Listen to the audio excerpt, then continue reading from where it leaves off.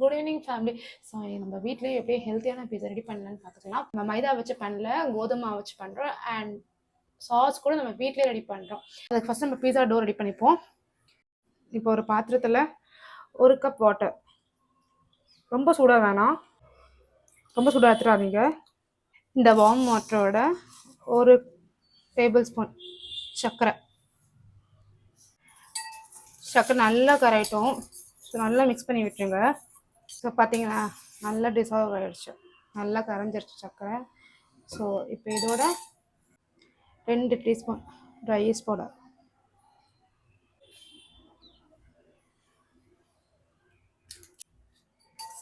நல்லா டிசால்வ் பண்ணிக்கோங்க, நல்லா கரைச்சிக்கோங்க. இந்த லம்ப் எங்கேயுமே ஃபார்ம் ஆகாமல். பார்த்தீங்கன்னா நல்லா கரைஞ்சிருச்சு. இப்போ நம்ம அப்படியே ஒரு 5 மினிட்ஸ் ரெஸ்ட் விடுவோம், அதுக்குள்ளே ஈஸ்ட் ஃபார்ம் ஆகிடும். ஸோ பார்த்தீங்களா, ஈஸ்ட் நல்லா ஃபார்ம் ஆகிடுச்சு. ஸோ இப்போ நம்ம ஒரு பெரிய பாத்திரம் எடுத்துப்போம். அந்த பாத்திரத்தில் 3 கப்பு கோதுமை மாவு,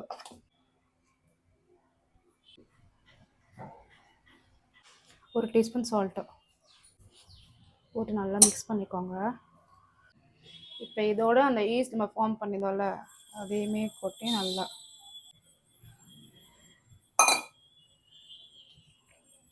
நல்லா பசைஞ்சு விட்டுக்கோங்க.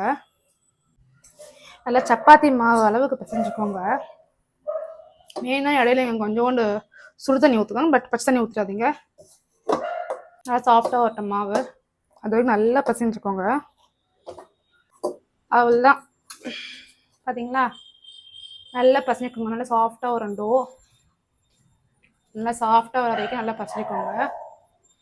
இப்போ இது கூட ஆலிவ் ஆயில் நல்லா மேலே ஸ்ப்ரெட் பண்ணிக்கோங்க. ஸ்ப்ரெட் பண்ணிவிட்டு இதை கிளிங் ரேப் போட்டு இப்போ 2 ஹவர்ஸ்க்கு அப்படியே விட்டுருவோம். ஸோ மாவு வந்து நல்லா ஃபெர்மெண்ட் ஆகும். இப்போ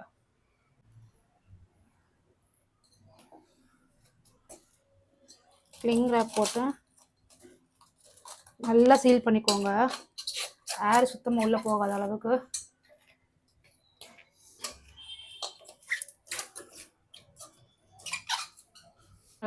சீல் பண்ணியாச்சு.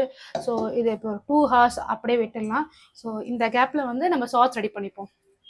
ஸோ இப்போ நம்ம சாஸ் பண்ணுறதுக்கு ஃபஸ்ட்டு தேவையான பொருள் தக்காளி. ஸோ தக்காளி வந்து நான் 750 கிராம் எடுத்திருக்கேன். ஸோ இப்போ நம்ம வாஷ் பண்ணி நல்லா குட்டி குட்டியாக அரைஞ்சிப்போம். ஸோ இந்த அளவுக்கு நல்லா குட்டி குட்டியாக பொடிசாக கட் பண்ணி வச்சுக்கோங்க. இப்போ இதை நம்ம வந்து மிக்சியில் போட்டு ஒன்றும் பாத்தியமாக அரைச்சிக்க போகிறோம்.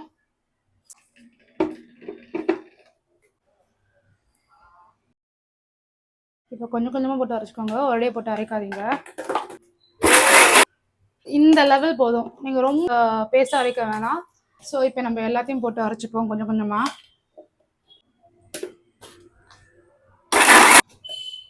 ஸோ அவள்தாங்க, அரைச்சாச்சு. ஸோ இது எல்லாத்தையும் கப்பில் ட்ரான்ஸ்ஃபர் பண்ணிப்போம். அவள்தாங்க, இந்த லெவலுக்கு வந்தால் போதும். இப்போ நம்ம சைடில் வச்சுப்போம். ஸோ இப்போ நான் ஒரு சின்ன வெங்காயம் எடுத்துருக்கேன். இதை நல்லா தோல் உரித்து குட்டி குட்டியாக அரைஞ்சிப்போம்.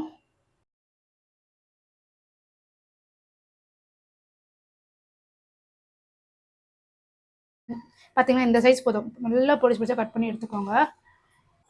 இது கூட ஒரு 12 குட்டி குட்டி பூண்டு எடுத்துருக்கேன். நீங்கள் பெருசு பெருசாக இருந்தால் 3 பூண்டு போதும். என் வீட்டில் ரொம்ப குட்டியாக இருக்கிறதுனால நான் 12 குட்டி குட்டி பூண்டு எடுத்துருக்கேன். இதையுமே நம்ம தோல் உரித்து நல்லா பொடிசாக சாப் பண்ணி வச்சுப்போம். ஸோ பூண்டையுமே இப்போ நம்ம நல்லா பொடிசாக கட் பண்ணி எடுத்தாச்சு.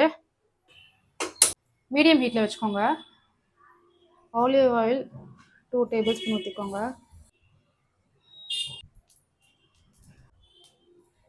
ஸோ எண்ணெய் சூடாக உடனே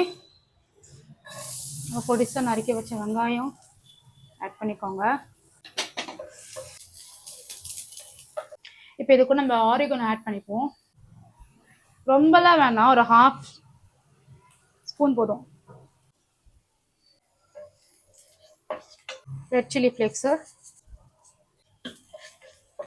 ஒரு 3 நிமிஷத்துல 4 நிமிஷம் வரைக்கும் நல்லா எண்ணெயில் ஃப்ரை பண்ணிக்கோங்க. இதை இப்போ இது கூட நம்ம வெட்டி வச்ச பூண்டு ஒரு 30 செகண்ட் இல்லை 60 செகண்ட் நல்லா மிக்ஸ் பண்ணிக்கோங்க. இதோட இப்போ நல்லா வதங்கிருச்சு. இப்போ இது கூட நம்ம அரைச்சி வச்ச தக்காளி, இதோட 2 ஸ்பூன் சுகர்,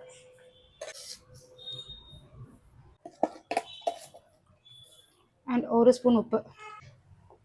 இந்த ஸ்டேஜ் வந்து கேஸை ஃபுல்லாக சிம் பண்ணி வச்சுக்கோங்க. ஒரு 30 நிமிஷம் அப்படியே சிம்லேயே போட்டு மூடி வச்சுருங்க. ஸோ 20 மினிட்ஸ் ஆகிடுச்சு. எப்படி இருக்குன்னு பார்ப்போம். பார்த்தீங்களா, நல்ல ஒரு கன்சிஸ்டன்ஸ் வந்துடுச்சு. இதுக்கு மேலே நீங்கள் மூடி போட வேணாம், ஏன்னா தண்ணி இருக்குது பார்த்தீங்கன்னா, தண்ணி வற்றணும். ஸோ நீங்கள் அப்படியே ஓப்பன் பண்ணே வச்சுக்கோங்க. ஸோ இப்போ 10 நிமிஷம் முடிஞ்சிருச்சு. பார்த்தீங்களா, தண்ணி அவ்வளோவா இல்லை. ஸோ இந்த ஸ்டேஜில் நீங்கள் ஆஃப் பண்ணிக்கோங்க. கேஸை ஆஃப் பண்ணி நல்லா ஆற விட்டுருங்க. ஆற விட்ட அப்புறம் மிக்சியில் போட்டு அரைச்சிப்போம். ஏன் தெரியுமே மிக்சியில் போட்டு அரைக்கிறேன்னு யோசிக்கிறீங்க? பிகாஸ் வந்து நம்ம தக்காளியும் 1 பதமாக தான் அரைச்சிருக்கோம். பூண்டு, வெங்காயம் இதெல்லாம் இருக்கிறதுனால நம்மளுக்கு வந்து பீஸா சாஸ் போடும்போது வந்து அந்த கன்சிஸ்டன்சி வராது. அதுக்காக இது எல்லாத்தையும் வந்து நல்லா வதக்கிட்டு ஆற வச்சு அரைச்சிங்கன்னா அந்த சாஃப்ட்னஸ் டெக்ஸ்சர் நம்மளுக்கு கிடைக்கும். இல்லை நான் வந்து ஃபஸ்ட்டே வந்து தக்காளி அரைச்சி ஊற்றிக்கிறேன், நைஸாக அரைச்சி ஊற்றிக்கிறேன்னா அப்போ என்ன ஆகுன்னா, நீங்கள் வெங்காயம் இருக்குது பார்த்தீங்களா, எப்பவுமே வெங்காயம் வந்து நல்லா வதக்கி போட்டால் தான் டேஸ்ட் நல்லா வரும்னு சொல்லுவாங்க. ஸோ அப்போ வெங்காயம் மட்டும் தனியாக தெரியும். ஸோ இதுமாதிரி நீங்கள் நல்லா எல்லாத்தையும் வதக்கிட்டு நல்லா ஆற விட்டு அரைச்சிங்கன்னா நம்மளுக்கு எல்லாமே ஒரே பதத்தில் கிடைக்கும், அந்த சாஃப்ட்னஸ் டெக்ஸ்சர். ஸோ நல்லா ஆற விட்டுருங்க. இதோ கைஸ், நம்ம சாஸ் ரெடி ஆகிடுச்சு. கிரைண்ட் பண்ணி எடுத்தாச்சு. ஸோ இதுதான் சாஸ் கன்சிஸ்டன்சி. அண்ட் வந்து நீங்கள் கேஸ் ஆஃப் பண்ணுறதுக்கு முன்னாடி உங்களுக்கு டேஸ்ட்டும் இதை பார்த்துக்கோங்க, சீசனிங்லாம் கரெக்டாக இருக்கான்னு. அப்படி சீசனிங் எங்கே கம்மியாச்சுன்னா நீங்கள் அதில் ஆட் பண்ணி நீங்கள் பார்த்துக்கலாம். ஓகேங்களா, நல்லா ஃபர்மெண்டேஷன் ஆகிருக்கு. ஸோ இப்போ நம்ம மேட்டில் போட்டு நல்லா நீட் பண்ணிப்போம். நல்லா நீட் பண்ணி எடுத்துக்கோங்க. அப்புறம் அந்த பீஸாவோட பீஸ் நல்லாயிருக்கும்.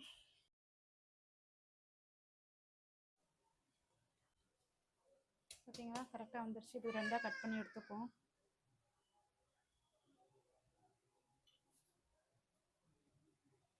ஓகேங்களா. ஸோ பீஸா பேன் எடுத்துக்கோங்க. கையை இப்படி வச்சுக்கோங்க. கையை வச்சு நல்லா ஸ்ட்ரெச் பண்ணிவிடுங்க. ஸோ இதில் நீங்கள் இப்போ இதுக்கு மேலே சாஸ் அப்ளை பண்ணிக்கோங்க. சாஸ் போட்டாச்சு. அதுக்கு மேலே அப்படியே நம்ம மொசரல்லா சீஸ் அப்படியே ஸ்ப்ரெட் பண்ணிவிடுங்க. நீங்கள் நார்மல் சீஸ் கூட எடுத்துக்கலாம். ஸோ சீஸ் போட்டாச்சு. அதுக்கப்புறம் அதுக்கு நான் பன்னீர் எடுத்துருக்கேன். பன்னீர் எனக்கு பண்ண போகிறோம். ஸோ பன்னீர் எடுத்துருக்கேன். நீங்கள் பன்னீர் வந்து சாட்டே பண்ணி கூட போடலாம், அது இன்னும் நல்லாயிருக்கும். பட் பாப்பா சாப்பிட மாட்டான். ஸோ அதுக்காக நான் ப்ளெயினாகவே எடுத்துருக்கேன்.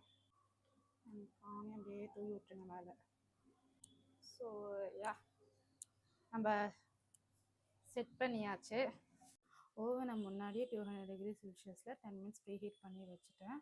ஸோ அதே டெம்பரேச்சர் பேக்கிங் நம்ம ஸ்டார்ட் பண்ணிக்கலாம். 10 to 15 மினிட்ஸில் ரெடி ஆகிடும். ஸோ 20 மினிட்ஸ் டைமர் வச்சுருக்கேன். இந்த 15 மினிட்ஸில் பார்ப்போம். ரெடி ஆகிடுச்சுன்னா ஓகே, அப்படி இல்லைன்னா நம்ம எக்ஸ்ட்ரா 5 மினிட்ஸ் கூட வச்சுக்கலாம். மீதி இருக்கிற மாவு என்ன பண்ணுறதுன்னு கவலைப்படாதீங்க. இதை வந்து நீங்கள் ஏர்டைட் கண்டெய்னரில் ரீஃப்ரிஜரேட் பண்ணிக்கலாம். 3 to 5 டேஸ் நல்லாயிருக்கும். அப்படியும் இல்லைன்னா லைட்டாக வந்து அந்த டின்னில் ஆயில் ஸ்ப்ரெட் பண்ணி ஃப்ரீசரில் போட்டிங்கன்னா 1 மந்த் வரைக்கும் நல்லாயிருக்கும். அண்ட் நீங்கள் சாஸும் 3 மந்த்ஸ் வரைக்கும் ரீஃப்ரிஜரேட் பண்ணி வச்சுருக்கலாம். ஸோ அதுவுமே கெடாது. ஸோ கைஸ், 10 மினிட்ஸ் முடிஞ்சிருச்சு. நம்ம பார்ப்போம்.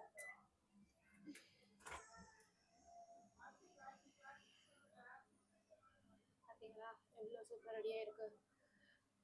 வெளியே வச்சு நம்ம பார்ப்போம். ஸோ நமக்கு ஆல்மோஸ்ட் ஆகிடுச்சு. ஆனால் இன்னும் கொஞ்சம் கிறிஸ்பி ஆகிறதுக்காக கொஞ்சோண்டு பட்டர் மட்டும் நம்ம சைடில் ஆட் பண்ணிப்போம். ஸோ நம்ம இன்னொரு 2 to 3 மினிட்ஸ் வச்சு எடுத்துடலாம். முடிஞ்சிடும். செட் ஆகிடும். பார்த்தீங்களா, சீஸ் ஃபஸ்ட்டு நான் இன்னும் பண்ணுறேன். பார்த்தீங்களா, நல்லா இதுவாகிடுச்சு. கைஸ், இப்போ நம்ம கட் பண்ணி சாப்பிட ஆரம்பிச்சிடலாம். அண்ட் இவ்வளோ ஈஸியாக இருக்குது பார்த்தீங்களா. நீங்கள் வீட்லேயே இதை செஞ்சிடலாம். அண்ட் நீங்கள் சில்லி ஃப்ளேக்ஸ் ஆரிகனோ கூட போட்டு பேக் பண்ணிக்கலாம். பாப்பா சாப்பிட்றதுனால அதெல்லாம் நான் போடலை. பிடிச்சிருந்தா லைக் பண்ணுங்கள், ஷேர் பண்ணுங்கள், சப்ஸ்கிரைப் பண்ணுங்கள்.